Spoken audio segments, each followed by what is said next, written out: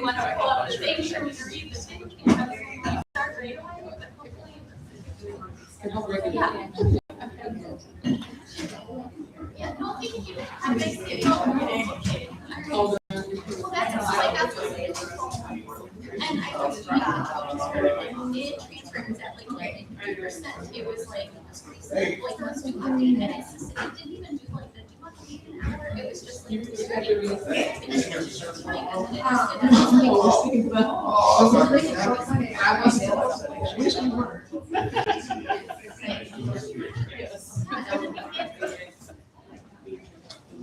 yeah.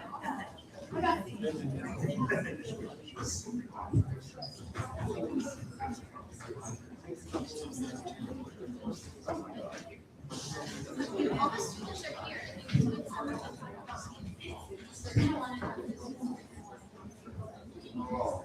Just FYI, the process for student voice around changes in the building.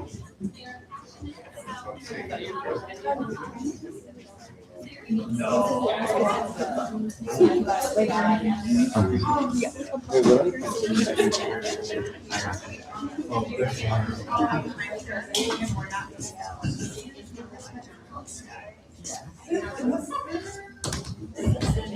they had their interview.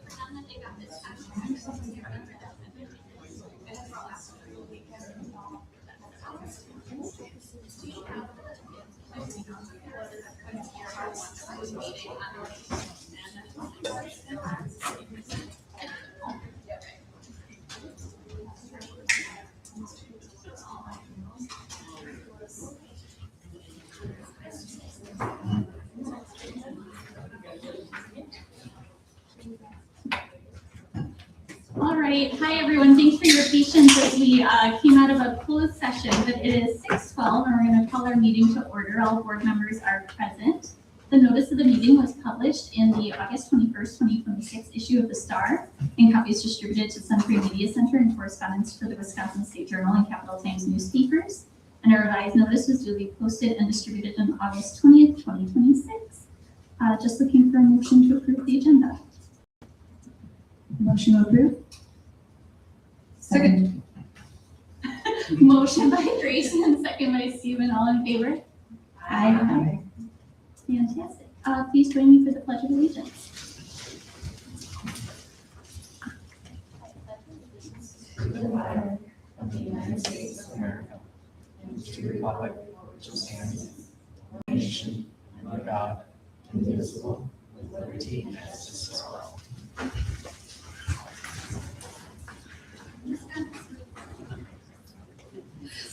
The mission of the Sun Prairie Area School District is to inspire and prepare every child every day by providing relevant, engaging, and innovative learning experiences in and out of the classroom. The SPASD celebrates and values our diverse community. We support and are inclusive of all students, staff, families, and community members of all races, ethnicities, faiths, national origins, home languages, socioeconomic status, immigration status, political viewpoints, abilities, sexual orientations, and gender identities. In order to realize our mission, we are committed to changing the foundational inequities that we acknowledge exist in our system, and we unequivocally state as follows. We stand by our Black and brown students, staff, and families. We will continue to speak and act swiftly against statements of bigotry, social injustice, discrimination, racism, and hate that may plague members of our community. We are committed to developing and implementing strategies and best practices that dismantle racism, bigotry, and ethnic oppression within all aspects of our schools and school district. We stand by our immigrant students, staff, and families. All are welcome and safe in our schools, regardless of immigration status. We stand by our students, staff, and families with disabilities respect the rights of people of all abilities, and create educational environments in which all educators collaborate for high educational outcomes for all students. We stand by our LGBTQIA+ students, staff, and families. We take seriously our responsibility to provide safe, non-discriminatory, and inclusive environments for people of all orientations and identities as they reflect our diverse community. We stand by our students, staff, and families of lower socioeconomic status. We will do all we can to meet the nutritional, physical, and emotional needs of all students regardless of their economic status. All children will be safe and loved in our schools. Every child, every day. Wonderful. And that brings us to section 2, which is public comments. And we don't have anyone here to give public comments tonight. We do have one written comment in the record for anyone who would like to read it. I'm sure all the board members have read it, but it's linked if anyone at home wants to look at it as well. So from there, we'll just move right on along to section 3, our superintendent's report. So take it away, Dr. Reed, whenever you're ready. Thank you, Board President. I'm going to give an update on a 100-day plan. So you guys have me totally out of Illinois. By the end of the year, I won't have an house there. Kids won't be there. I'll be done with my transition for Illinois. I'll do the last presentation at their Illinois State Board. So I'll totally transfer over all reciprocity at the end of the year. The only thing I have left there is my Bears. If they leave and go to Indiana, I won't even have that. So you guys got me 100%. So my 100-day plan is about me being 100% some Prairie. Next slide.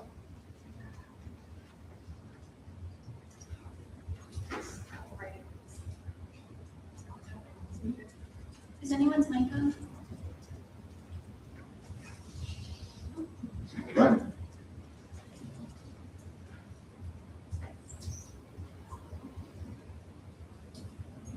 Yeah.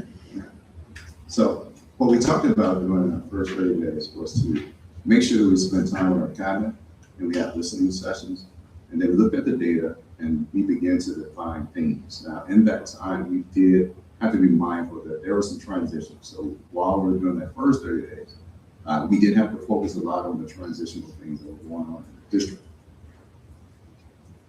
But what we did is we met with all our principals, spent time with them, got to learn how they operate, what was important to them. The common theme consistently was community and their community, their school community. We visited each school, we talked to families.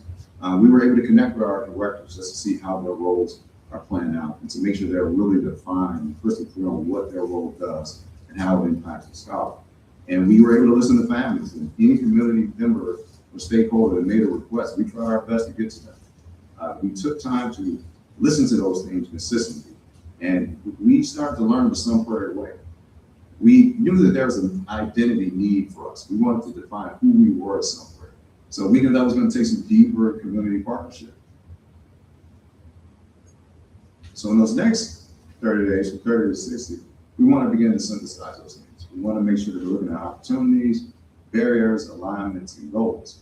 And we wanted to make sure that the words you all say on the board floor, every board meeting, begins to be the actions that we carry out every day. Within that time, we hired a new assistant superintendent, 2 new assistant superintendents. They're right there to my left, the 2 all-stars there. They do the work and make it happen. And we hired other positions that were critical to our district. And we made sure we hired with intentionality to make sure we live out the Sun Prairie model and the equity, mission, and vision. We held board retreats. We had some tough conversations. We were having them, but I'm very proud of those conversations because I see our board now looking up and out for our district. So I'm really excited about those conversations. They were needed. We began to look at alignment and our MTSS models. We didn't want to just be a tier 1 district. We wanted to make sure we had tier 2 and tier 3 tools in place. Our 2 big rocks, and I want to just be really intentional about those big rocks for the school year. Our achievement gaps across the state will not reflect Sun Prairie. I just want to be crystal clear. We as Wisconsin are 50th out of 50. That will not reflect Sun Prairie. That is the #1 goal of our mission and our vision of this team, is to make sure that we're focused on the achievement gap. We looked at our thing, we won't be predictable by zip code or race. So wherever you live in this district, you have an opportunity to accelerate and be a scholar. Our bags theme makes everything simple for us: behavior, attendance, grades, social, emotional well-being, and scores. And our universal design for learning makes sure that we look at planning intentional for all scholars in our district. Second, we have some of the most beautiful campuses in America. We are consistently voted one of the best places to be for our schools. But with that open campus mindset, we're so open, we have to make sure safety is the number one thing on our focus. We have to put guardrails when people are coming on our premise. We have to protect our staff in that building, our staff. So we're looking at ways that our protocols are crystal clear for safety, even as it relates to people coming in our building, our board floor, how you all navigate. Safety begins to be the number one thing coming out of there. We have to look at boys and girls club, libraries, other safe havens. Our own schools can't be our only safe havens for our schools. So we were really intentional about looking at how safety plays out for our scholars every day. Lastly, in that theme, I didn't make it a big rock, but we were, as an administration, heavy in meetings. We want to see the work lessons. We were in the meetings a lot. Looking at the counties, going analysis, you can see 60, 70, and 80% sometimes of our work was in the meeting.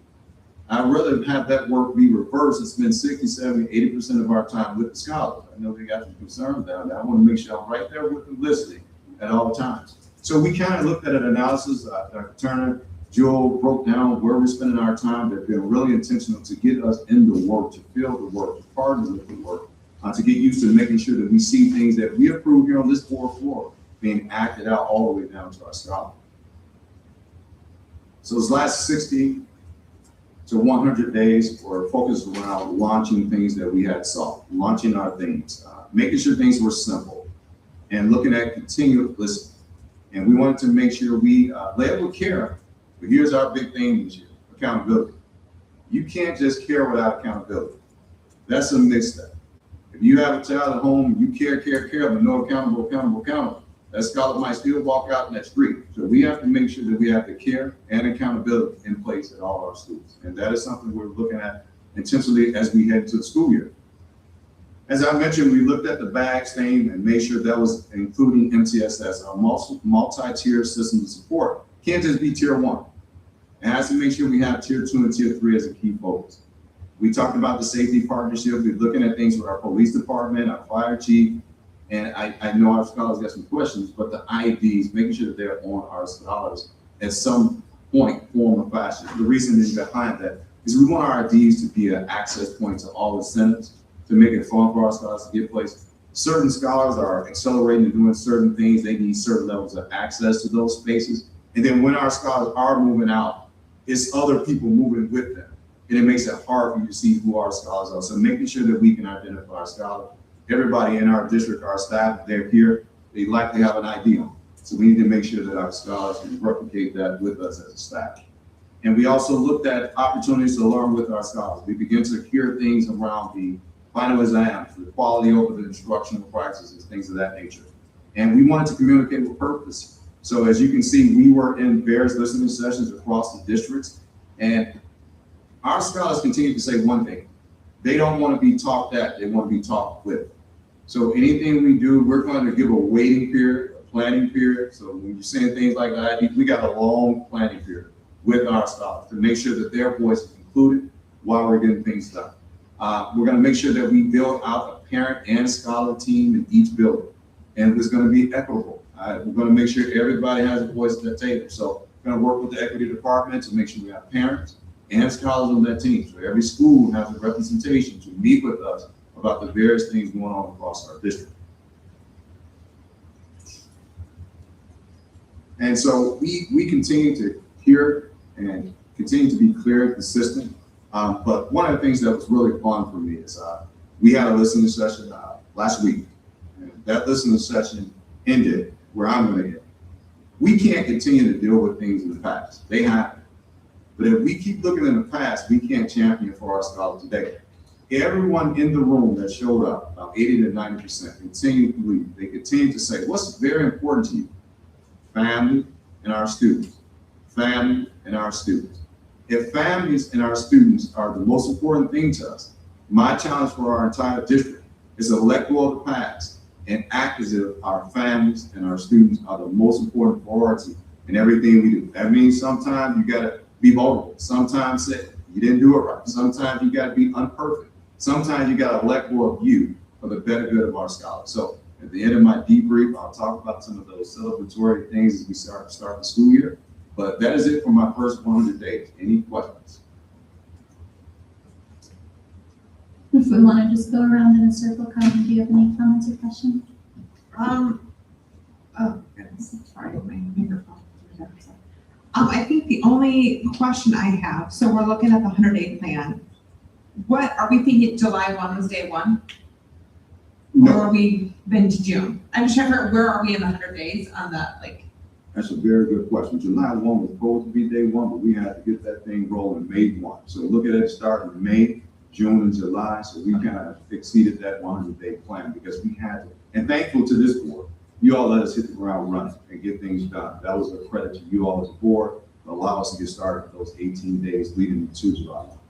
So we're at like day 109. I'm just speaking linear. Sorry, my brain goes linear at times. Yeah, so we completed the 100 days. I think that was August, in the middle of August. Okay. So I'm on the other side of 100 now. All right, great. There we go. Now we need a 102. Yes, that's what we're moving into. I had two, and one just, you touched on it briefly. You mentioned refocusing principal roles. I was curious, what did that mean? Yeah, so you have a new assistant superintendent of curriculum instruction. And when a new person comes in, you don't know the last lens that the principals look at.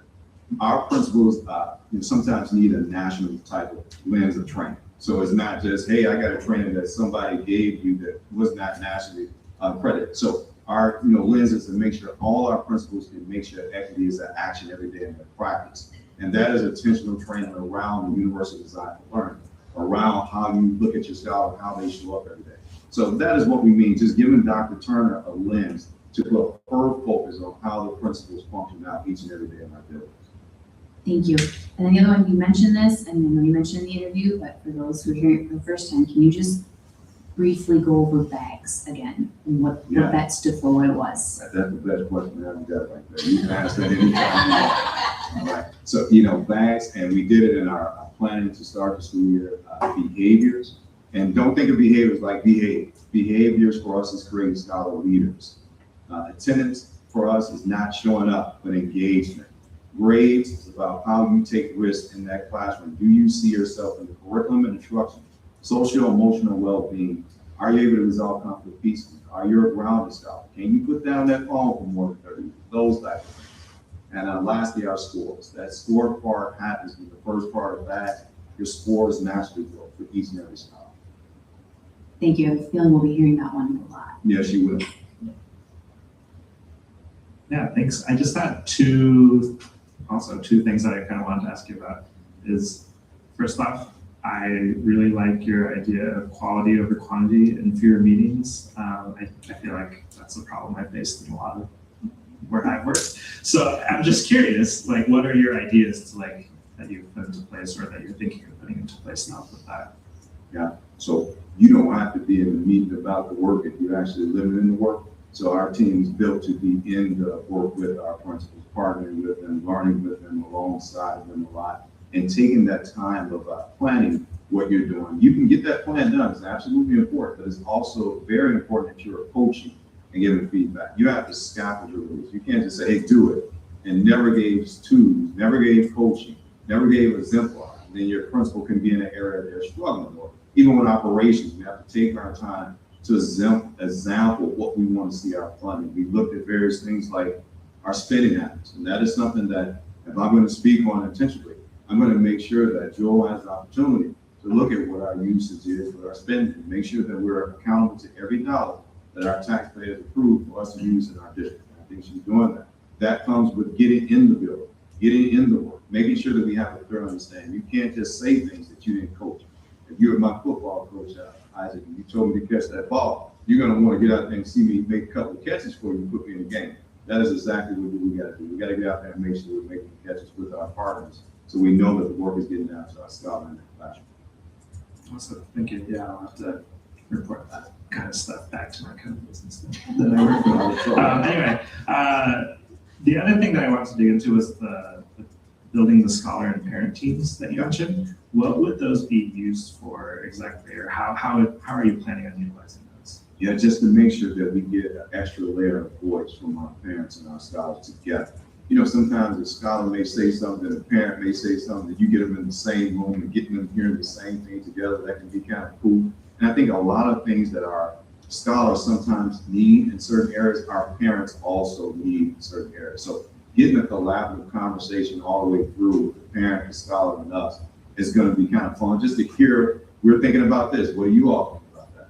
And to make sure that group is built around transparency, you know, with our administration, our committees, and our work, just to get some advice and have some conversation and see if they can get the word out to their people in their buildings a little effective. Our scholars can reach people in a myriad of ways, and so can our families. But they're on the internet, what's that, the social media stuff anyway, so I might as well give them good stuff to talk about that is functionable for our scholar every day in the classroom. Thank you. I don't have any questions. I'm just very, very excited about all of this.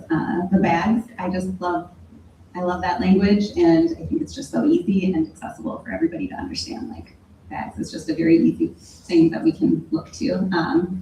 And I just love that it seems like you guys are really listening and hearing the feedback from the listening sessions. And I missed Thursday's event, but I look forward to attending one in the future. And I think it's just great that everything is just already like, you're, you know, just running with it. So it's great. Thank you, all of you, for all your work. I like to see that there's a lot of like focus on like developing the communication, like especially with the scholar teams and stuff. I just want to know, like, what would the IDs for safety incentives, what would that look like?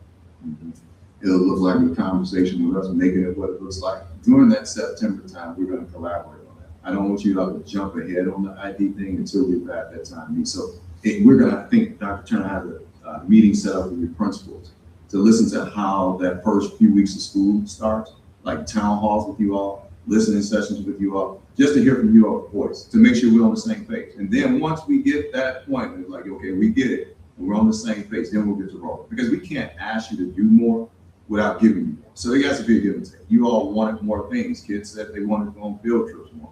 They wanted to get out more. They wanted to feel the work more. So before I get that fully implemented with you, I want to get some feedback on how that looks from your end as well. So I want to fully roll that out. So after we meet with your principal, after we talk to you all, and make sure we know how that looks. But we definitely know it's a need for it, because I watched multiple scholars walk in with a group of scholars, and some of them didn't go to our schools.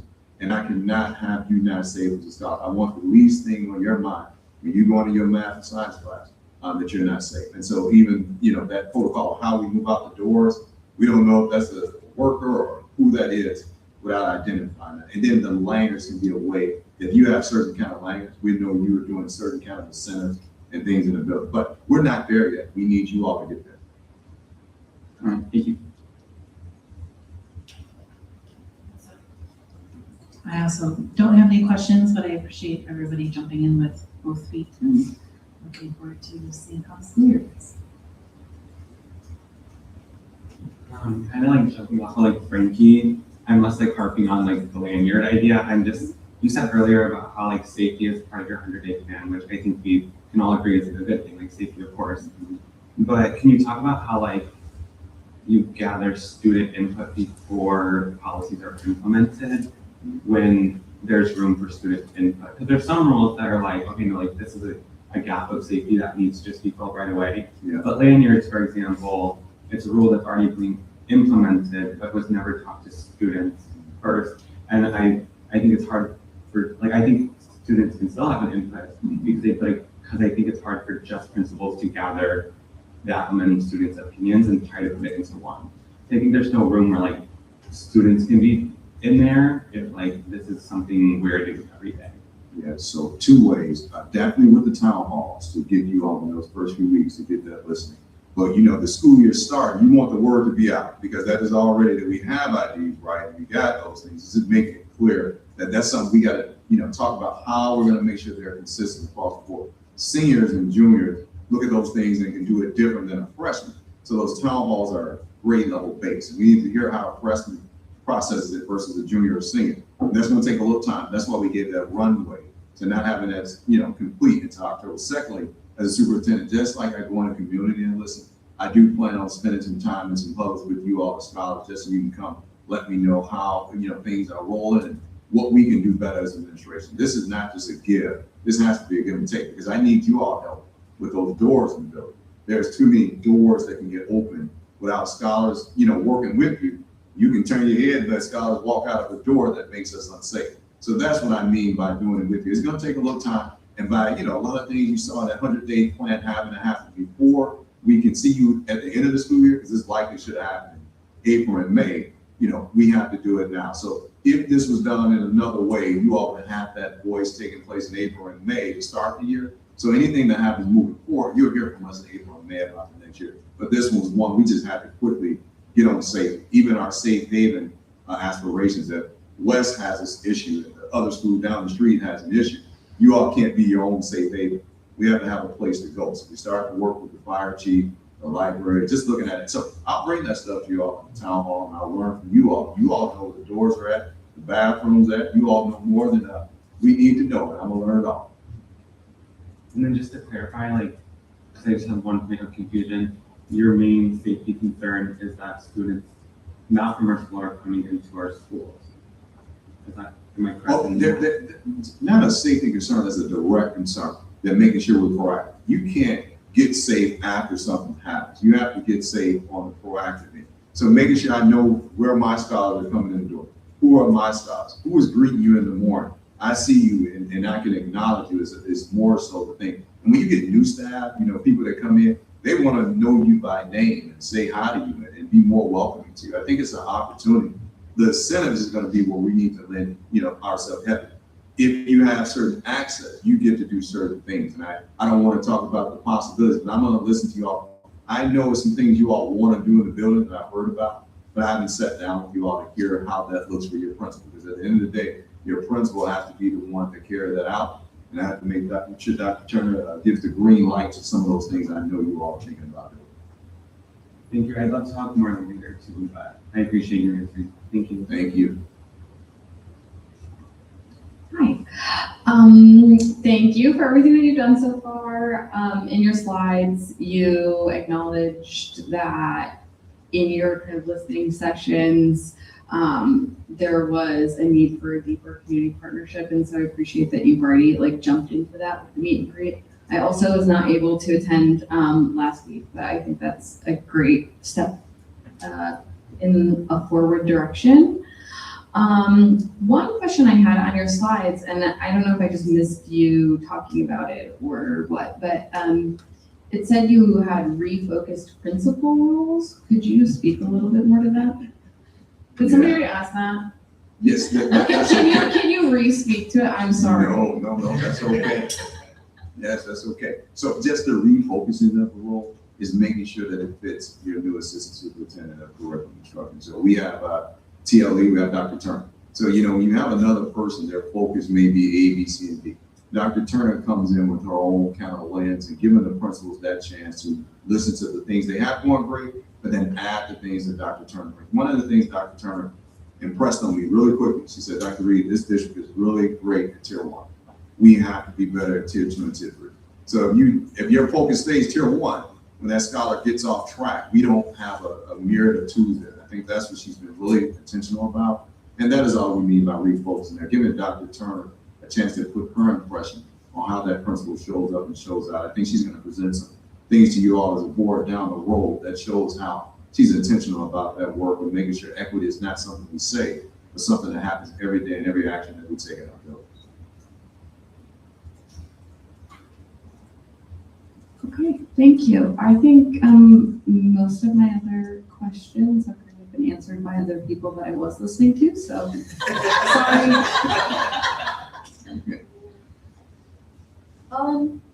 I don't have any questions. I was gonna ask kind of the same things Tyler, but that already got answered. And I just want to say thank you for the presentation and thank you for all that you've done. And I really like your focus on getting student input because I think that's a really important. So yeah, thank you. Thank you. Yeah, I don't want to repeat too much of what's been said. I think it was mostly addressed by Frankie and Kyler, but I love that you're having a more like student focus and that you're making it priority to meet with them. So I'm excited for those conversations. Thank you so much. Yeah, I'm just excited to see less meetings and more. And I don't have questions. I just have kind of like feedback that everyone already asked the good questions. But I'm really excited to see more visible presence in our schools, in front of our students. And I was able to go to the listening session Thursday, Brittany was there too. And a lot of people, I don't think the pictures of the event show quite how many people were there. I think it was really nicely attended for a first go in the community. And I just thinking about how impressive it is to be able to walk into a new community in a new space and open up a floor for back and forth conversation. People could have brought literally any question to that space. So I hope that the word gets out from the people who were there to think about coming to the next one and continuing to watch that grow as we move forward. Because I did say in another space just that felt like masterclass of how to do community engagement, because you really were present and visible and open to any feedback you heard, but the way you opened it by having us all realize that family and kids are important to all of it. I mean, when we had to pick one thing that was most important to us, and yet like 95% of the folks in there, the first word is family or kids. And then to acknowledge that that's why we're all passionate. So sometimes we might disagree on like the why or the how of something, but it's because we care so much about our kids. And if we're all coming from that space, it makes it easier to understand one another. So I thought that was fantastic. So just thanks. Thanks for all the engagement. Thank you so much. Yeah. Any final good? Any other? Okay, fantastic. Then just run section for the consent agenda. Anyone want to make that motion? I'll make the motion to approve 4.01 and 4.02. Second? Motion by you, and second by Grayson, and we'll roll call that whenever you're ready, Karen. Right, Davis, Yes. Grayson, Yes. Horton, Yes. McFarland, Yes. Stephen, Yes. Sum, Yes. Rubenkamp. Yes. That motion carries. Wonderful. And then Mark, if you want to come on up and introduce.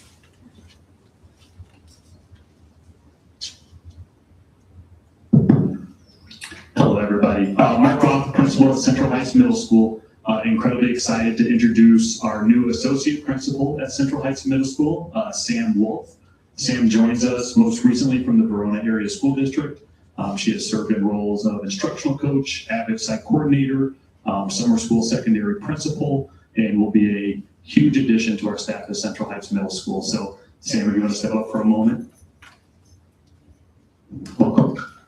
Thank you. Hi, my name is Sam Wolf, and I am so honored to have the opportunity to serve in this role. And I'm looking forward to see what I can do in partnership with Mark and our staff at Central Heights in service of students and families. Thank you.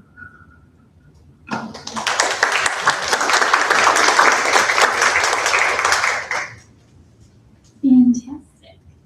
Welcome. Okay, so now we have 5 minutes reserved for board action, the first of which being our new district policy, GBDA, which is student and staff boundaries and communication adoption. There was a screencast if anybody wanted to access that, but otherwise, if you want to get a little like 30 to 60 second just summary review of, what this item is about, why it's on our agenda. That you, yeah. So, I don't know, this is like, yeah, great. So this policy is fulfilling a requirement in the state of Wisconsin. They the legislature published Act 89 last March that requires districts to have a policy about student-staff boundaries, communication, and some of the reporting things that are covered in the policy. So it's due September 1st. So we are requesting that you waive the second reading of this, because if you do a second reading, we will not make that deadline, which would not be great. So we're just asking you to consider this policy and just put on the box to fulfill that legal obligation. Thank you so much. Yeah, and just to be clear, I think and you correct me if I'm wrong, the only time we need 2 readings is for our board policies, correct? Yes. Yeah. Yeah, so you're good. So we only ever need one reading. The only, just FYI, the only policies we do 2 readings on are when the board changes its own policies, not the district level policies. So anything district level policy is just a one and done, always, so you're good. All right, that is inconsistent with other districts, so that's great to know. Okay, that's also good to know. Maybe that's something to talk about a little later. Okay, but for now, you want to just circle around any comments or questions? Kalina, or we should probably do a motions, and then we'll get our comments and questions. Anyone want to make a motion? I'll make a motion to adopt the attached policy GBDA, student, staff, boundaries, and communication. Second. Motion by Sutton, second by Grayson. Okay, and now off to you. Kalina, any comments or questions? Thank you, and really appreciate the quick turn on this policy. Was reading through screencast, reading the transcript and screencast is trying to watch video of kids, and they just get attached to the videos to read the words. Appreciated that you made it future-proof by avoiding naming like specific software types, and the acknowledgement that because it's such a quick turn, we will need to review against our other policies and cross-check that everything lines up, and that we are leaving the door open for feedback once we get this implemented. So thank you. I know you were new to this role, and just right out the gate, here's a whole policy, a whole lot to turn into a policy. Have fun. Yeah, Thank you. that was like 10 pages of policy in your first 2 weeks, so yes, thank you. Yeah, just echo what Kalina said, and not only write the policy, but then record the screencast. I know that was a topic of discussion, so thank you for presenting and preparing all that for us. Yeah, I think what you guys have done so far is excellent, so. It looks great, thank you.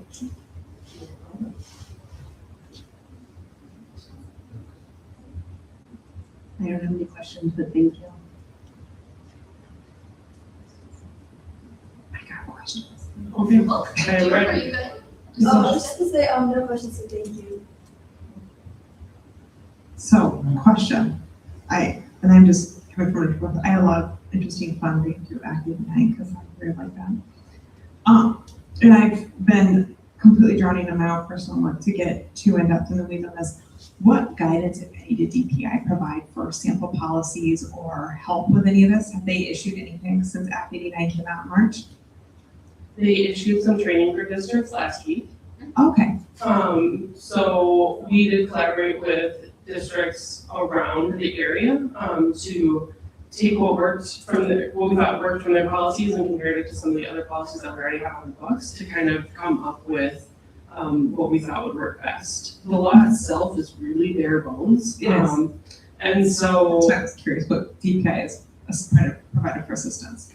Yeah, it actually came out like 2 days before I had to turn in the policy, so I wasn't able to consult that and meet the deadline. I'm looking forward to diving in shortly because we do have, as you see it in the presentation, some training for staff coming up that we need to work on. So they've not provided, and I don't know, have we had, just in my background on this, have we had any attorneys' eyes on this or providing any guidance so that make sure that we are in line with some of the legal requirements of Act 89? Yeah, so Sheila Lewis actually gave a training to all our administrators on Act 88 and 89 and 57, August 12th, I believe, plus or minus a day. And so she gave the guidance about what should be in the policy and talked to all of us about that. And I definitely referenced her presentation both in the policy, not explicitly citing her, but I used that guidance to write the policy as well as in the presentation I created for all of you. Okay, yeah, no, I was just curious because I always like to have legalized such policies when we can, and granted with the past turnaround, not a chance, just to make sure that we are meeting those requirements because I would really hate for, not that, like I said, I haven't done the dive on all that because I haven't had a chance to. Yeah, and I know we've got room for, you mentioned, for growing with us. So that's something we may want to look at down the road, just to make sure that everything that we have all of our T's crossed, I's dotted, and that there's no legal loopholes in there in accordance with statute and regulations, because I'm sure you guys can have some kind of regulation on this. Hopefully, usually they will. But that hasn't been announced yet. and usually they come out sample policies, so I'm surprised they haven't been doing that. Yeah, so WASB came up with a sample policy, and then a couple of districts who used Neola felt like they didn't need an additional policy because it was already covered in there. And that's kind of what I talked about in the video, like A lot of these pieces are talked about in a variety of policies, but it seemed important to put them all in one No, spot. I got that, and that's why I just wanted to clarify some of that. The other question I had, did you get a chance to read the one written public comment we had tonight? It did. Okay, good. If you hadn't, I was gonna reiterate some of it to you, because I thought that was really neat. Oh, that's so sweet of you, thank you. And not often do we get public comment, like patting us on the back for work we're bringing forward at the meeting and saying, how impressed they were that we were over encompassing on this and that we're really, going above and beyond. So I thought, if you had read that, that's really commendable comments in there towards the work you've done on this. So definitely, if you can print that off, put it on your desk. What are my smile I think month one, here's my biggest compliment yet, because that was something I thought was really cool that individual wrote it. Thank you. Thank you for giving me those. So, yeah, that was all I had for comments and questions. No, I'll just reiterate, thank you for all of your work pulling together a very detailed policy very quickly. And just knowing, at least nothing is more important than the safety of our kids. And knowing that our system can always do better and making sure that our kids are going to be safe and cared for in our schools. So I really appreciate having one place where we very explicitly say all of the expectations and all of the definitions of terms and all of the potential outcomes if something needs to be addressed. And also making that link with Act 57 in terms of the timeline with families. So I really appreciate your work on this, but I don't have any other questions besides appreciation. Does anyone need a second round of comments or questions? Otherwise, we have one motion and a second. We should probably roll call this one. Yeah. Grayson, Yes. Horton, Yes. McFarland, Yes. Stephen, Yes. Sung, Yes. Fulenkamp. Yes.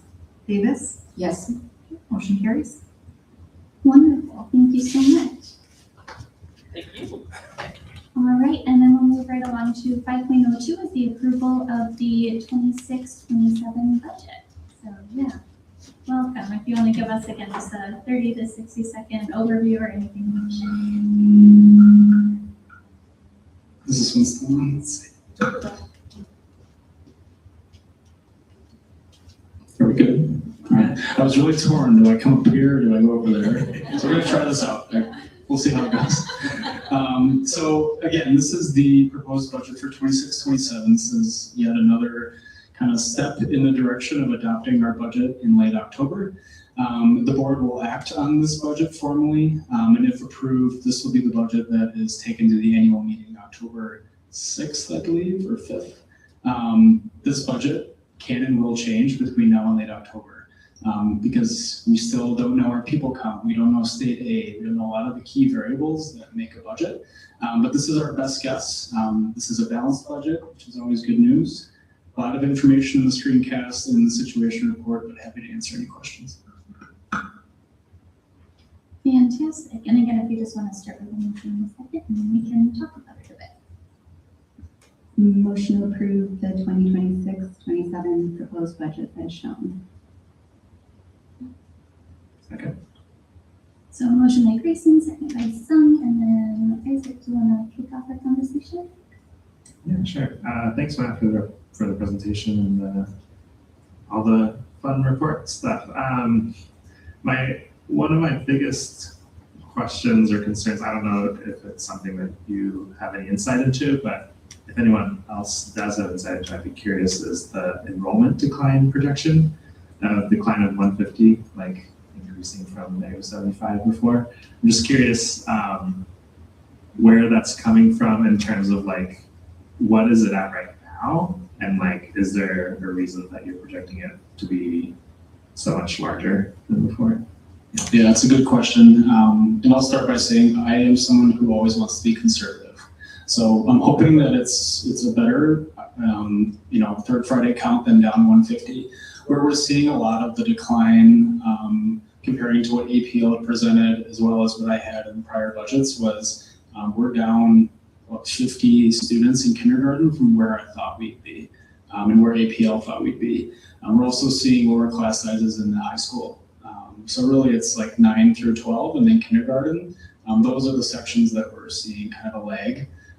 If school started today, we'd be down 108. But usually what happens too is we have kids who are registered, but then don't actually show up to school. So again, I'm trying to be conservative. I don't want the board to be surprised by anything, so that's why I made that adjustment. Gotcha. Yeah, thank you. Yeah, I just saw those numbers and was a little concerned, but hopefully, yeah, we'll see that. I'm trying to think. Yeah, that was my biggest question, so I'll leave that at that. Isaac stole mine, so.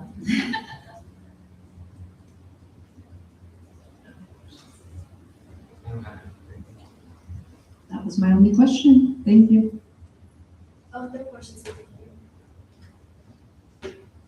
I have a question, because I always have a question. And maybe this is a stupid question, and maybe I am having the effects of perimenopause and that brain fog, or maybe I just noticed something that I haven't noticed before. Is it odd that our ending fund balance for 25-26 is the exact same number as the ending fund balance for 26-27? That is because we're presenting a balanced budget. Okay, because I don't recall it having been, I don't know, maybe I didn't have a chance to look back. I just thought that I was like, oh, look at that. It matched up and it doesn't on the other numbers. Yeah, it's a good question. It won't end up that way unless we literally budget to the penny correctly, which don't quote me on that. But it's the same because it is a balanced budget. Okay, well, that's what I thought. And I was like, because it didn't match the 25-26, didn't match the 24-25. And I was trying to find the differences. And I was like, oh. And then I had a brain fog. So I was like, okay, I'll just ask you that tonight. Thank you. All right, thank you. And Isaac stole my questions. I might just say the words I had written about this, Isaac, and then you stole a question. I'm like, oh man, I'm off by one. I'm gonna be last. I'm not terribly surprised by the drop because I've heard a lot of rumblings this whole summer from different families saying that they weren't going to put their kids in this fall, or they were pulling their kids. So this is a concern that came up in the spring a bit when we had some, when this first came up, we had some section cuts at particular elementaries because we were starting to see that drop in enrollment. And just kind of, I know our cabinet is brand new and they're also aware of this. But we are in a place in Wisconsin where, at least for the foreseeable future, we no longer have infinite growth as a district. And so we are now going to be competing with districts for kids. I know I have a school board member who lives in Bristol and I got a flyer from MSD saying, do you want to send your kids here? Like, wow, that's bold. I mean, they're sending it to everyone. We're like, I got this. And they're telling me to send my kid to Madison. That is the environment we are now in. And so to Dr. Reed's point of, we want to be a destination location for families to send their kids. And so we have to start thinking that way. And I hear 3 or 4 families saying, I'm pulling my kids because of what's happening in the classroom or the class size or whatever else. And these feel like self-inflicted wounds on us that we cannot afford when it's dollars tied to those kids coming into the school. So just being aware of that. I don't know if any of the principals are able to share, here's the patterns I noticed in like who I saw disappeared after last year. Here's who didn't come back. Here was what maybe was going on ahead of that. If we're able to see if it's, you said kindergarten and high school, so what's maybe going on at that level? Are there kindergarten families that their first kid, is that their second or third kid? And, different drivers of what caused them to opt out, because the pool is limited and we want them coming here because we're going to be the best district in the state. So just appreciate the updates and being conservative on the numbers as always. Thank you. Yeah, thank you. And I also appreciate the conservative approach because I would rather have good news later than a surprise later on. So I think that was a really good call of just adjusting now and setting expectations well. I don't have any specific questions. I am just thinking about how we move to the next step. It is October 5th is the annual meeting. So close, you had it. To make sure that whatever information electors need to see or care about. So if there is anything about like the drop in enrollment that might be relevant to share at the annual meeting for community members to be aware of, or something we can say that would get them really excited about thinking about sending their kids here in the future. Maybe that's something we can roll into the presentation, like any good news or exciting things that we could roll in. And then I was also just thinking about the questions that I've been hearing about the budget, if we want to make sure we front load and have information prepared either in the presentation or just ready to answer questions on the fly. And so if any other board members end up hearing questions between now and October 5th, like catalog them, have them ready so we can try and look as competent as possible on October 5th.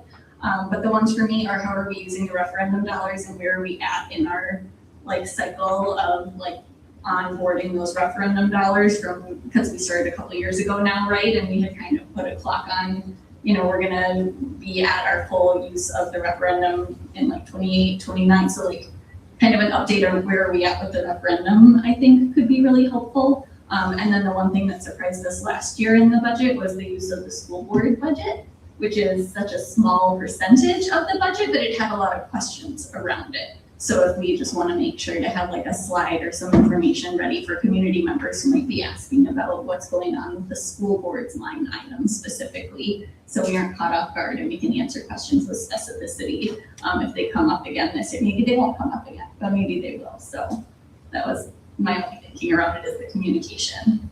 Yes, and I appreciate that. I was planning to add a slide about the school board budget just from last year. Wanted to make sure we're ahead of that. And yeah, if any board members are hearing anything ahead of time, I would really appreciate that just in advance, so you can be more prepared. Awesome. That's all I got. Anyone need a second round? All right, so again, we have a motion and a second, and if you're ready, Karen, we'll just roll call again. Horton, Yes. McFarland, Yes. Steven, Yes. Song, Yes. Greencamp. Yes. Davis, Yes. Grayson, Yes. motion carries. Thank you so much. All right, and then 5.03 is our WASB Delegate Assembly Resolution. So Corinne, if you want to give us a little update and then we'll do our motion. Okay, so first I would like to apologize first to Karen because I made her wait until this afternoon before I way less organized than I would normally like to be on this stuff. I don't even remember when I asked for it to be in the agenda, but it was kind of like a last minute, oh my gosh, we want maybe a resolution, and then I asked for it to be on the agenda, and then I was working with a couple other districts, and they were like, we might not actually need that, because I think the language already has it. And so then I was in contact with WASB to see if they have, yeah, so it was a whole thing. And even this one, I'm not 100% sure, because I got an email back from the WASB government relations guy, Chris Kulo, who said he feels like there's already enough language in the resolution booklet to be clear that they've always interpreted it as that we don't support independent charter schools. But I created one for independent charter schools and we can submit it to the policy committee. So like that's the next thing, is like we approve language here and then I submit it online, and then the policy and resolutions committee meets and decides if that language can move forward, if it's already addressed in policies, if they feel like this is good clarification. Sometimes they'll change the wording if they think that it can be a little bit like fit into some language that they already have. The original one I had a whole rewrite of section 2.70, which is all about the private school vouchers, so that it was more clear that we were not supportive of the federal voucher program that's coming through, because that's starting to be advertised as a way for public schools to also get money, which is kind of iffy. But so this is what I have for now. We can approve this if we so choose, and I can submit it, and then we can just let the policy committee decide if they think it might get rejected because they feel like the language is already there, and that's not a big deal. But if they feel like it isn't, then we will have done it. And so that's my introduction. Anyways, it's basically just making sure that there's like very clear language that the independent charter school, which is authorized by authorizers, there's like a group of 7 of them that can do it, that then creates a school that is fully outside of any school board control. They have their own board that they can do, and then they get money. The money for independent charters comes directly from the school district. Like those students count in our third Friday count, and then we pay them per pupil And that is one of the dollars that we believe, correct me if I'm wrong, that we don't get back. We can't increase the levy to get independent charter dollars back. I get a little bit confused on that, but, so yeah, so that's, and then there's no oversight by the public schools, even though they're considered public schools. Do you want to make your motion? I will make a motion to accept the, delegate assembly resolution for adding language into section 2.7 on charter schools. Second. So motion by Horton, second by Stephen. What was that? Anyone else have a question? Thank you. Oh, I don't know if this is a silly question, or maybe you've already answered it, but, it says, WASB opposes independent charter schools, in parentheses, 2R or 2X. What does that mean? I don't know what that stands for, but I believe that there's two kinds of charter schools. There's like legacy charter schools, and then there's the new independent charter schools, and they've heard of those as 2R or 2X charter schools. For DPI reasons. Yeah, okay, lovely, thank you. No questions. I have questions. Okay, help me understand, because I'm having a serious case of brain fog tonight. Looking at the language of publicly funded taxpayer. When we're looking at the language of this, how does this interplay with, like, I know there's a federal grant program that charter schools can go through to try to get money to help with growth or with retention or enhancing their school. How does this interplay with something like that, out of curiosity? Is it all taxpayer, federal, state, grant money, whatever, or is it just focused on money that's being shuffled out of public school districts' budgets that's not coming filtered through like a competitive grant program?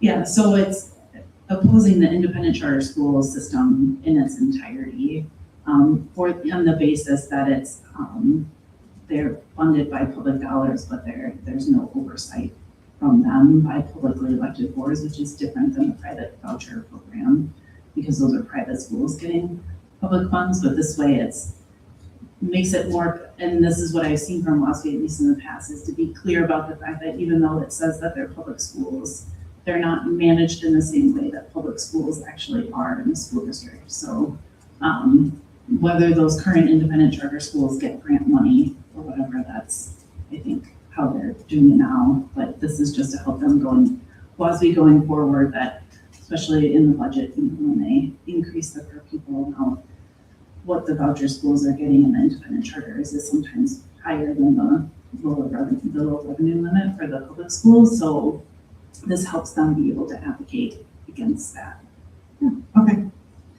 Can I have a moment of transparency and truth? So, I've gone to public schools my whole life. College, high school, elementary. My kids will always go to public schools. I have worked as a K-12 public attorney for 7 years, but I currently, and have the last decade, worked in regulation of private schools. And I'm going to be transparent about this for the public, for everybody in here, because when we get into some of this, there are areas where I can't make motions because it affects my job and the way that I bring income in for my family. So and I'll be transparent, I was the very first special needs scholarship program administrative consultant at DPI. I helped create the regulations for the special needs scholarship program. I created the initial policies, procedures, guidelines, tracking forms, requirements for schools, for parents. I did that for 2 years. Obviously it's changed, it was teeny tiny when I did that. I helped create all of the training for the voucher programs to try to help regulate and enforce rules on schools to make sure that they were following the regulations we required, that they were treating students equally, that they were meeting state standards. I currently work in regulation of private post-secondary schools. I spend my entire day arguing with college administrators on what they can and can't do within the confines of the 11 regulatory chapters and a statute that was given to them. I also work as a charter school federal grant reviewer, and I review grant applications to make sure that charter schools that get federal money meet certain requirements and certain standards. And I help field them out and ask questions and tough questions and tell them, hey, you don't meet the standards of the grant application or the standards to be eligible for money. I am pro public school. I am pro transparency. I'm a big fan of having on our taxes. Million taxpayers know where money gets taken out.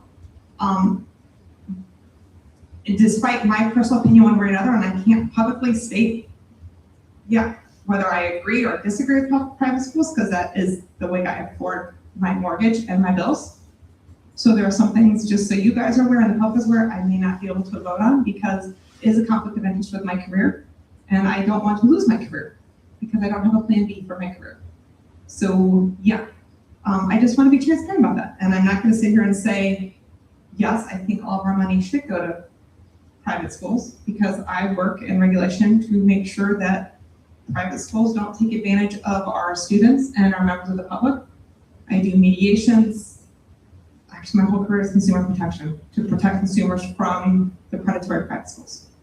So I just want to be transparent on that while we're here. Thank you for outing me, Bren, on this. I was hoping I wouldn't have to do this publicly eventually, but yeah. So I just want to be transparent with everyone about my conflict of interest right now. So thank you. And if anyone has questions about that, I'm more than glad to talk to them about it.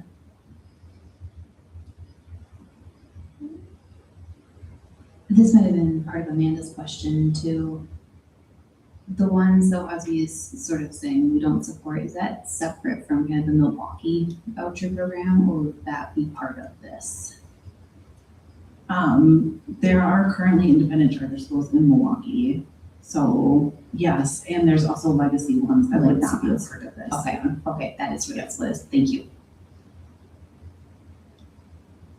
No other questions? I just really appreciate the time you invest in doing these things, because it really is important, and I just know I really don't have capacity to like delve into the detail and create something. It's important that this exists, and I really appreciate you investing the time and effort to create this, so that tonight I can, yes, I support you, right? Because that's the idea, and I'm glad I get to visibly show support for it, and also it just, I know how much time it takes to develop something good. So just thank you for doing that. And truly, I really do believe strongly in, I'm a product of private schools, but I believe deeply in public schools, and I think that public schools should work for everybody, and seeing the way systems that are not attached to public voice and that element of elected input, that a community owns the schools, like the schools belong to the community, and there should be a direct link between the people running the schools and the community that's paying for them. And when that link gets broken, I think it puts a really precarious situation in place that could be manipulated, not on behalf of kids, which is where money is supposed to go. So just thank you. Can we do an all in favor on this one? No, we should probably roll calls because we might have an extension. Yeah. McFarland? Yes. Stephen? Yes. Sum? Yes. Moonkamp? Abstain. Davis? Yes. Grayson? Yes. Horton? Yes. Motion carries. Fantastic. Okay, and then we're at 5.04, the revisions to board governance culture policy 9. Just to clarify, it would be a first reading because we didn't vote. To have it be a second reading, it has to have been voted on prior, like approved in a prior as written, and then we vote on it again. So that's, I think we communicated, but we didn't communicate well clearly, and that's my fault for not catching it in the editing phase. So we're at a first reading, just for clarification on that. But yeah, Isaac, take it away with a little summary and we'll go from there. Yeah, I guess first of all, sorry it took so long for me to get back to this one. But I took a lot of your feedback into consideration, and also had a very helpful chat with Bob Butler. So just a few things to point out in the changes. I did send everyone like the tracked changes of the tracked changes version, so you could see the differences between this one and the last one. You'll probably see there's a mention of open meetings law, and that was because Bob Butler brought up a good point that there's potential interpretation of the law where if we do the whole informal meeting and there's like a gathering of 3 board members, that could be interpreted as a committee taking board action. And so we should be careful about that. And that probably have to be like a noticed meeting. Potentially it could be a closed session depending on like the matters at hand. But anyway, so he said that's probably good to like mention in there just as a reminder for people when talking about that. So yeah, if you guys have any questions about that, you can ask me, but I'll probably direct you to Butler or someone else who's a lawyer, or Colleen. And then some of the other things. Oh, Diana did make a good point that section 2B under board action, or no, section 2C, sorry, under board action is kind of strange to have in there because the PTDI complaint probably shouldn't be allowed to be filed against the board member since it's meant for school staff. So yeah, that one I might take out or reword somehow, but I also don't think it hurts it per se to be in there, since if it was like wrong, like incorrectly applied, it would. Anyway, yeah. So yeah, just to give context on why it's there is it's kind of in conjunction with D and C there. Basically saying like if it's covered by a different policy, we would hand it off to the other policy, or for whatever reason, if it was being handled, some other complaint was being filed under another policy, but it actually falls under GC9, we would bring it to GC9 was the intention, I think. And Shayna like suggested I put this stuff in there, and I just kind of blindly accepted it, which I should have thought about it a little bit more critically. So that's my bad. But I think, yeah, either way, if you guys feel like I should change that part and it's important enough for me to change it, I'm totally cool with that. Trying to think any other big changes. But anyway, yeah, any other feedback or questions? I'm going to start with a motion and we'll go from there.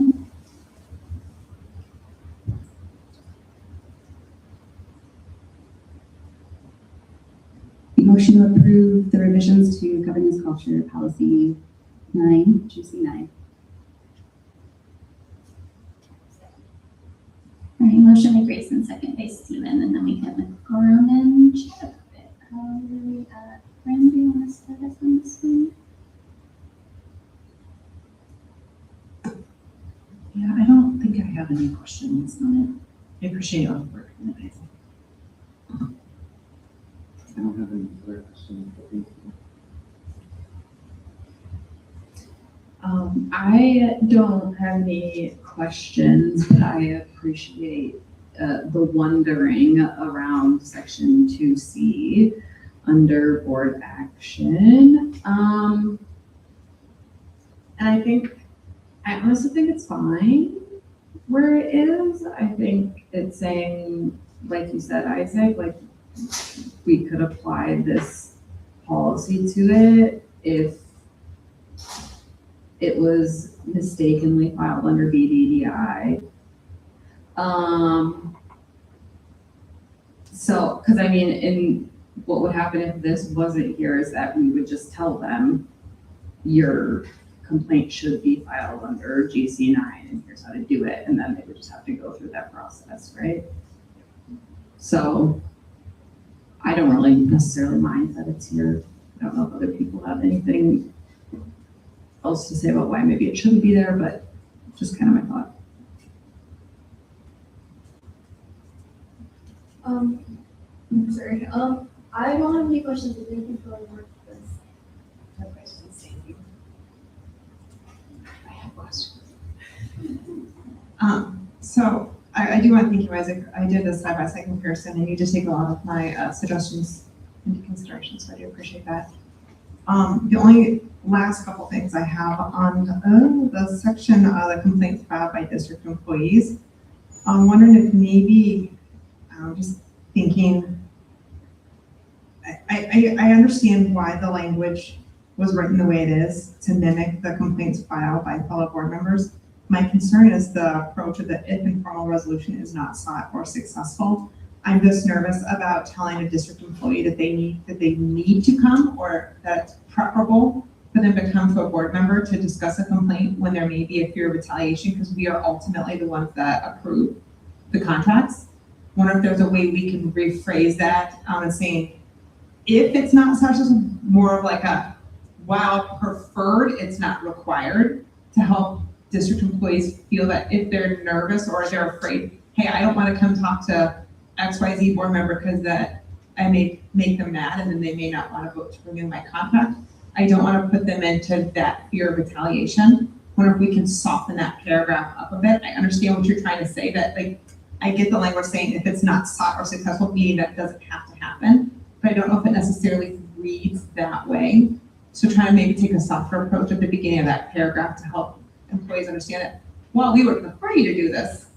You can still move forward with this if you don't, and you're not going to be penalized for not reaching out to have an informal resolution with a board member. That would be my thought on that one. Paragraph 3 does say they are encouraged but not required to first seek informal. I would like to see that. Like recommended language, because this is not the first time you brought that up, so I know that's kind of why I changed some of the wording around there. So I'm Maybe curious, just like, what you repeat think would part of work. that in that section, because it does say that above, but if you read it on the face of its language, it says it above, but then it doesn't say it like that below. I'd like to just see it maybe even reiterated in that same paragraph, that it's encouraged but not required, more so for the employees and less so for the board, like for fellow board members, because retaliation at board member level is not as much of a, I get worried. I don't want employees to come and be like, ooh, even though it says this in the general section and the section related to the employees, it is a little more harshly worded. So I just like to see that replicated. Okay, so I guess, are you asking that basically that same language up above would be brought down to also be said again? Yeah, it's encouraged but not required. Yeah, just that like chunk of that. Okay.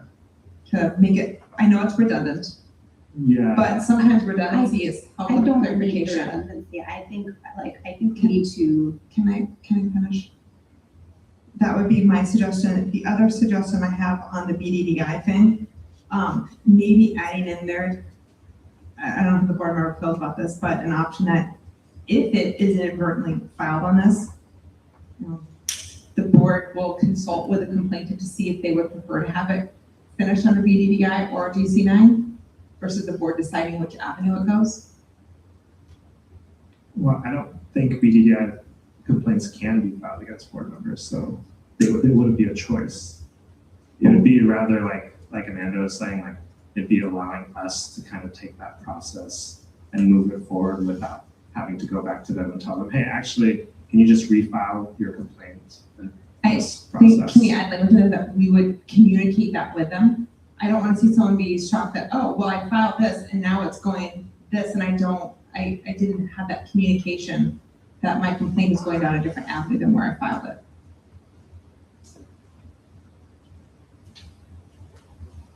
Yeah, I mean, I guess, yeah, I can see what you're saying with adding like communication. I guess it'd be,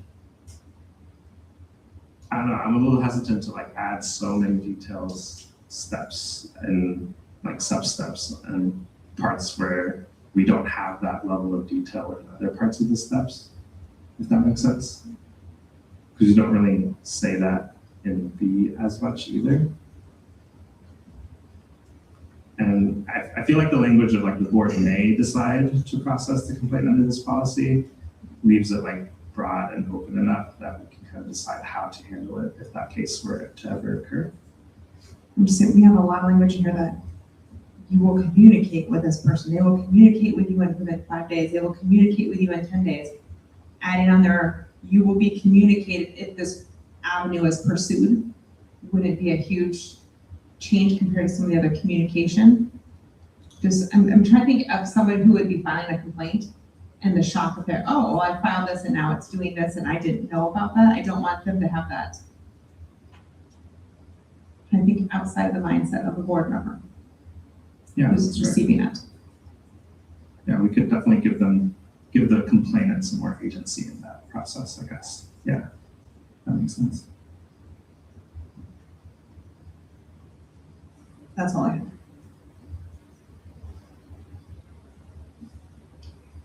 I don't have anything. Thank you for your work on this, and hopefully we can get it over the line.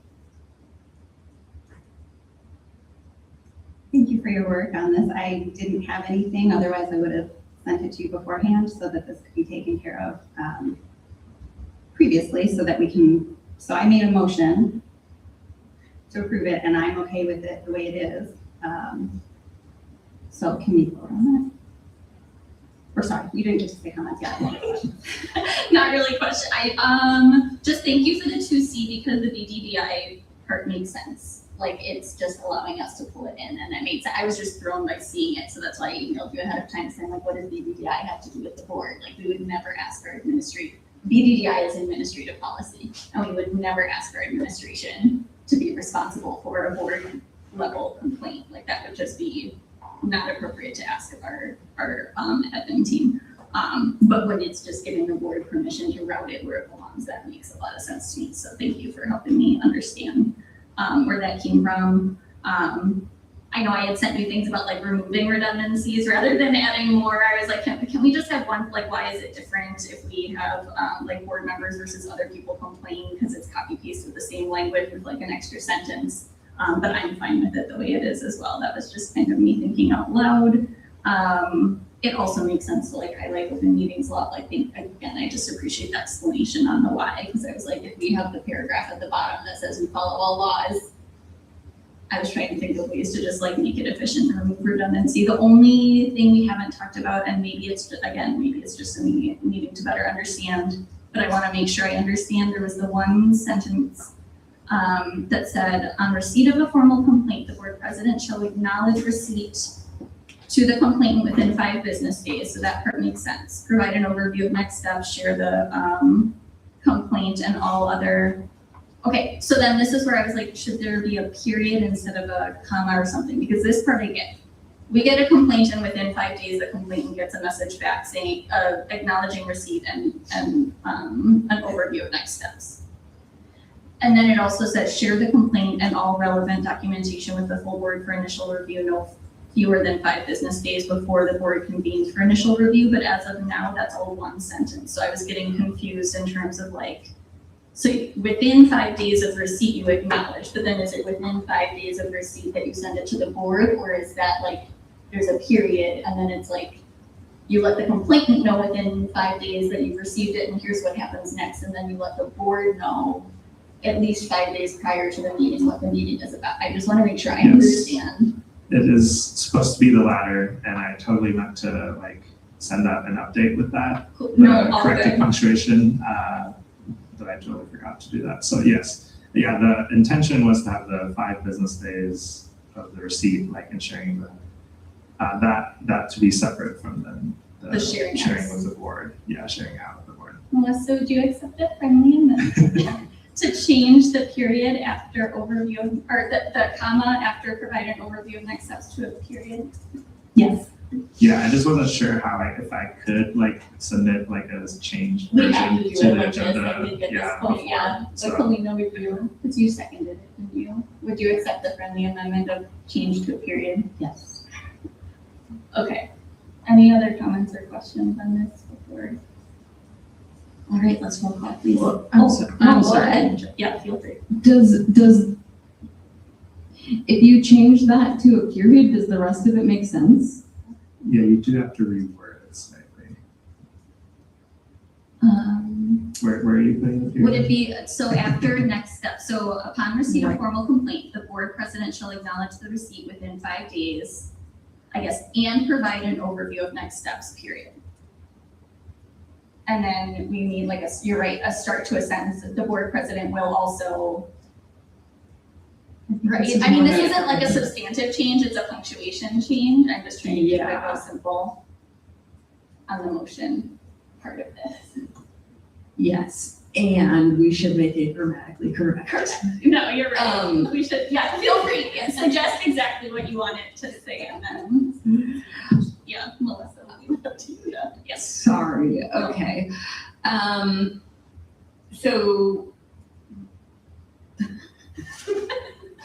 So we're suggesting within 5 business days and provide an overview of next steps, period. Is that correct? Yeah. Probably the board president shall, or yes, also share the complaint and all other relevant documentation as presented with the full board, including the accused member for initial review, no fewer than 5 business days before the board can be. That makes sense, right? Okay. Did we document it?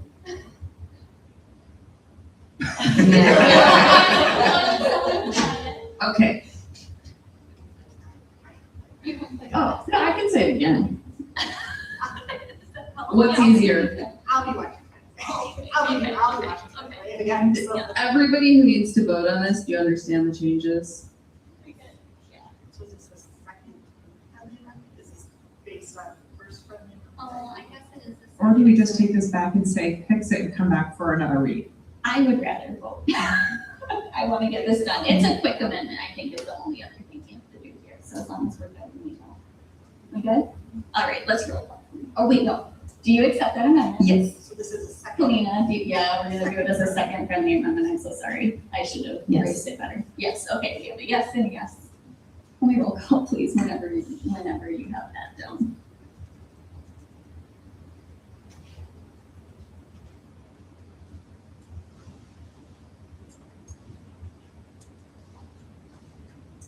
Stephen, Yes. Sung, Yes. Willenkamp? No. Davis, Yes. Grayson, Yes. Horton, Yes. McFarland? Yes. Okay, motion carries. Wonderful, thank you. So next steps on that, just so we know, whenever we change GC policy, it does take a supermajority to do so. So we needed at least 5, we got our 5. And then it does do a second readings, but that can come back in consent agenda. So based on whatever we decided on tonight, it's gonna come back with exactly that language one more time for a reaffirmation vote, and consent agenda moving forward. And that's how that one works. Okay, fantastic. One last item, 5.05, board procedure 12. I guess I can talk about this one just briefly intro. So we talked in our last meeting with Adam Lechner. I think we called it like retreat part 3 or whatever we're terming that meeting. But when Adam was here, we were talking about how we wanted to handle the superintendent evaluation for 26-27 because in our governance model, generally speaking, we do monitoring reports once a year using the data from last year, and that's how we evaluate the superintendent in this cycle. But clearly we can't hold Dr. Reed accountable for data that would be processed based on time that he wasn't here for, so that's not how we're gonna hold him accountable this year. But what we are going to do is make sure that we have a clear set of expectations moving forward for the system. So our goal between now and the first formal evaluation in January, and Adam says it much more eloquently in the attachment, so I'm just summarizing here. But essentially, we're going to make sure that we have a clear set of expectations for the system for each policy. We're going to look at each policy, talk about each policy, but we're not going to hold Dr. Reed accountable for the data from last year that we might receive based on department by department. Whatever we receive, we're not holding him accountable for the data for time that he wasn't here for. And please reference the attachment. And if you have any specific comments or questions on the actual language in that, but we asked Adam to kind of summarize what he had heard us say as we talked for over and over about this, and he tried to put it into something very nice and succinct for us. But if folks have, I guess we'll again just look for a motion, and then we can discuss if there's anything we want to discuss here. Motion to approve the description provided by our government. Sure. Motion to approve the following description provided by our governance consultant, Adam Lechner, as attached by Dr. Reed's first formal evaluation in January 2027. Second. Fantastic. Fantastic. Motion by Grayson, second by Stephen, and I think, are we on Amanda's third email? Made a full round. We, for those of you who don't know, spent a long time discussing this at board retreat part 3 or whatever we're calling it. So very appreciative to Adam for helping facilitate that discussion. And I think that this was the product of a discussion between Dr. Reed and all of us and Adam facilitating it. So I honestly don't have questions. I'm impressed after the amount of times we went around and around and around. I think it was more than an hour. I think we were closing in on 2+ hours. And we kept saying the same things, and then we'd be like, but what if, and get to a hypothetical. I'm impressed he was able to sustain it this much, because leaving that, honestly, part of my brain when we walked out was like, I don't really remember what all we talked about, because we went and it felt like we were in one of those bubbles and you're just poking out, and we kept saying, we're gonna go, so nope, we're gonna go back to restart, and we go, oh, so I was surprised that he was able to get it as fine-tuned as he did. Glad to see he got this onto like the page and heads, and movies should end at a trilogy. So we did 3, that was the trilogy, that was the finale. We should be done. I know Star Wars has a lot, so it might be more like Star Wars. Yeah,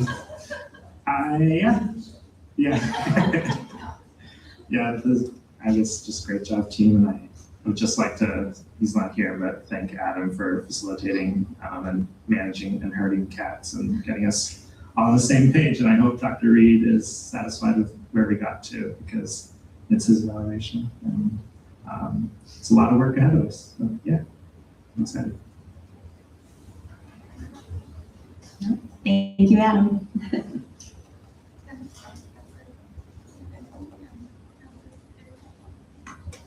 I know usually we're going up, but it is your evaluation. Do you want to say anything about that conversation or feedback on this, or before we vote? No, I think it's really important that our board took that time, because it's not a happenstance issue. It's something that impacts the entire district and how I, work with my team. So now that this is planned, it really makes crystal clear how we function out everything. We have the opportunity to not only be in the moment of policies, but go past the policies and look at interpretations and practice, and then give some input on what we see the future outlook as we're doing these things. So I really think it was a thorough process, 3 meetings, but it was really worth it for our scholars in the future. And you do something like this very quick, that sends the message. But when you take your time and do it right, it usually ripples out to the future. And I'm excited about it. Yeah, thank you. And yeah, I'll just echo, I really appreciate Adam, and he got this summary back really quickly. So just to say, having it not only finished, but ready to get to Karen so that it could be attached so that we could look at it at that time. It was a really quick turnaround. So I just appreciate all of his work on that. But that's roll call. Sum, Yes. Mungia? Yes. Davis? Yes. Grayson? Yes. Horton? Yes. McFarland? Yes. Stephen? Yes. Okay, motion carried. Fantastic. And then we're at our board consent agenda. If someone would like to make that motion. I motion to approve 6.01 and 6.02. Second. Motion by Stephen, second by Davis. All in favor?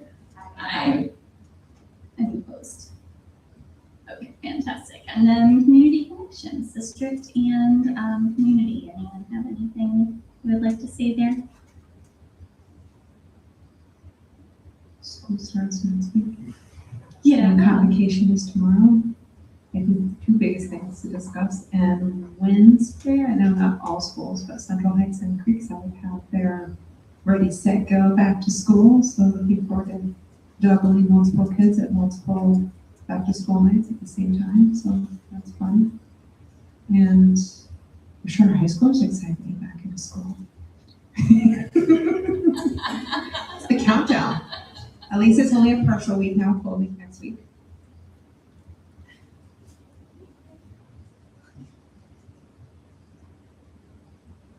All right, Fantastic. Legislative update? Well, I mean, you heard some of it, but I think the main one I saw that WASB just put out an alert about it, but also I've seen it in other things of the comment period for the Wi-Fi.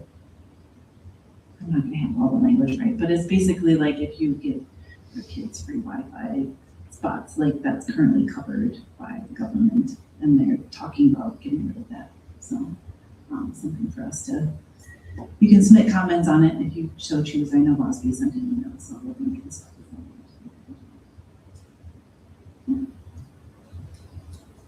Anything to add from? Okay, great. Students, anything you want to share? Well, we have senior summer and so just most schools just want problems.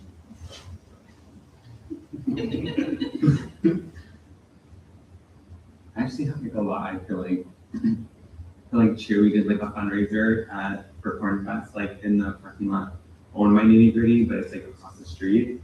And I was like forcing and like bullying random strangers into parking there.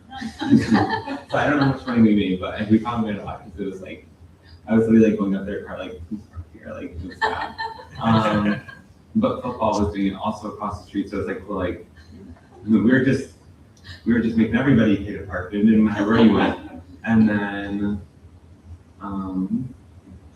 our first game for East was on Thursday last week. And I think it was a good opportunity to realize how we can come back better, like how the clubs can come back better. And also, since I'm on the cheer team, I realized there's so many things I could also do to come back better on the sideline. But yeah, I think that's about it. And Senior Sunrise is on the first day of school. 6 in the morning, so that'll be fun. Yeah, that's it for me. Last Thursday, we had our like Cardinal Connectors thing. I don't know, do you know what it's called, Tyler? I don't know what the thing is called. It's just like a freshman orientation. Okay, yeah, well, we had that. Yeah, that. It was like, it was a case of success, so that was pretty cool because the Cardinal Connectors are like juniors and seniors. Went and like, we kind of helped the freshmen, so we did like a bunch of like team like bonding, just like giving them sport and stuff too. And yeah, I thought that was super cool. And yeah, like school starts in a week, so that's fun, I guess. Yeah. Yeah, not much to add. Okay, not much to add. We had registration keys to success. FBLA was able to get a lot rid of their old t-shirts, so we did a little t-shirt cost for freshmen. That's what you saw on Instagram today. Yeah. That's it. Real quick thing, we almost forgot, September the 3rd, the Optimist Club of Sun Prairie is having a Hero Appreciation Night.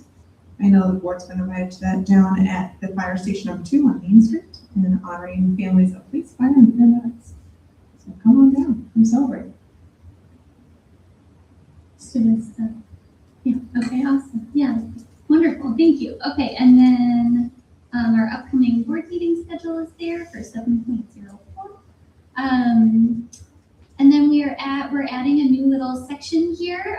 So a superintendent debriefer update. So anything, Dr. Reed may want to share as well. Thank you, Board President and Board. Before I give my update, I do want to acknowledge and send my condolences to a staff member that won't start the school year with us, and also a scholar that won't start the year with us. Very important that we are good humans, so I do want to send my condolences to those families.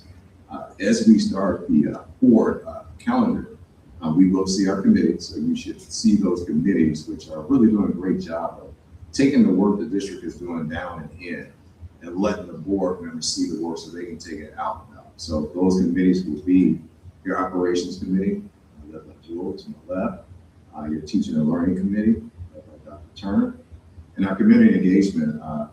That team is going to be really deep with the celebrations, showing off our scholars and the work there, talking about the awesome things that are going on in the community. But most importantly, we start school September 1st. So I am excited because I believe we are the #1 destination because of our scholars, our district. But I just want to give a shout out to our engineers. You know, they're doing a great job. If you look at the grounds, they were teaching me about the energy, how we save so much money on energy. So I'm really excited about that. Our teachers, our parents, our food service, we're gonna have good food this year. I had some new things I want to see on the menu. Hopefully we'll get it there. Even our bus drivers, they're really essential to us getting ourselves to school. So I don't want to, leave out anybody, but all staff, we're going to give that shout out tomorrow. And convocation, really, really early, 7 o'clock. You got to be there. It's going to be fun. So I'm just excited about the start of the school year. We're going to have the best school year because of the people we see in this room.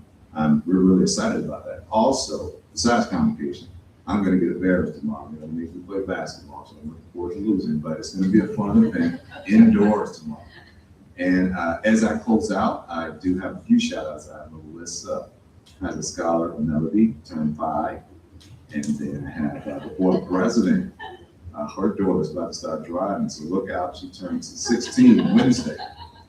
And tonight I got to get out of here real quick because my daughter, Emma, she's turning 9 and she's waiting on me right now. So that is it for me. Thank you all.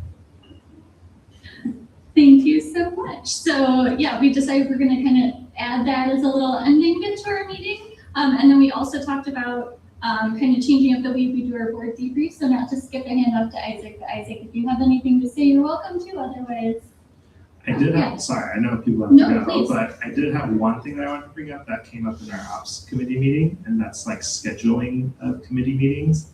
We thought that it'd be great if we could make our meetings more efficient, and at least, even if we're not reducing the number of meetings, reducing the number of meeting nights. And we're wondering if other committees with their schedules would consider meeting before the second and fourth week, like board meetings, if that's possible for everyone, or if there'd be issues with that.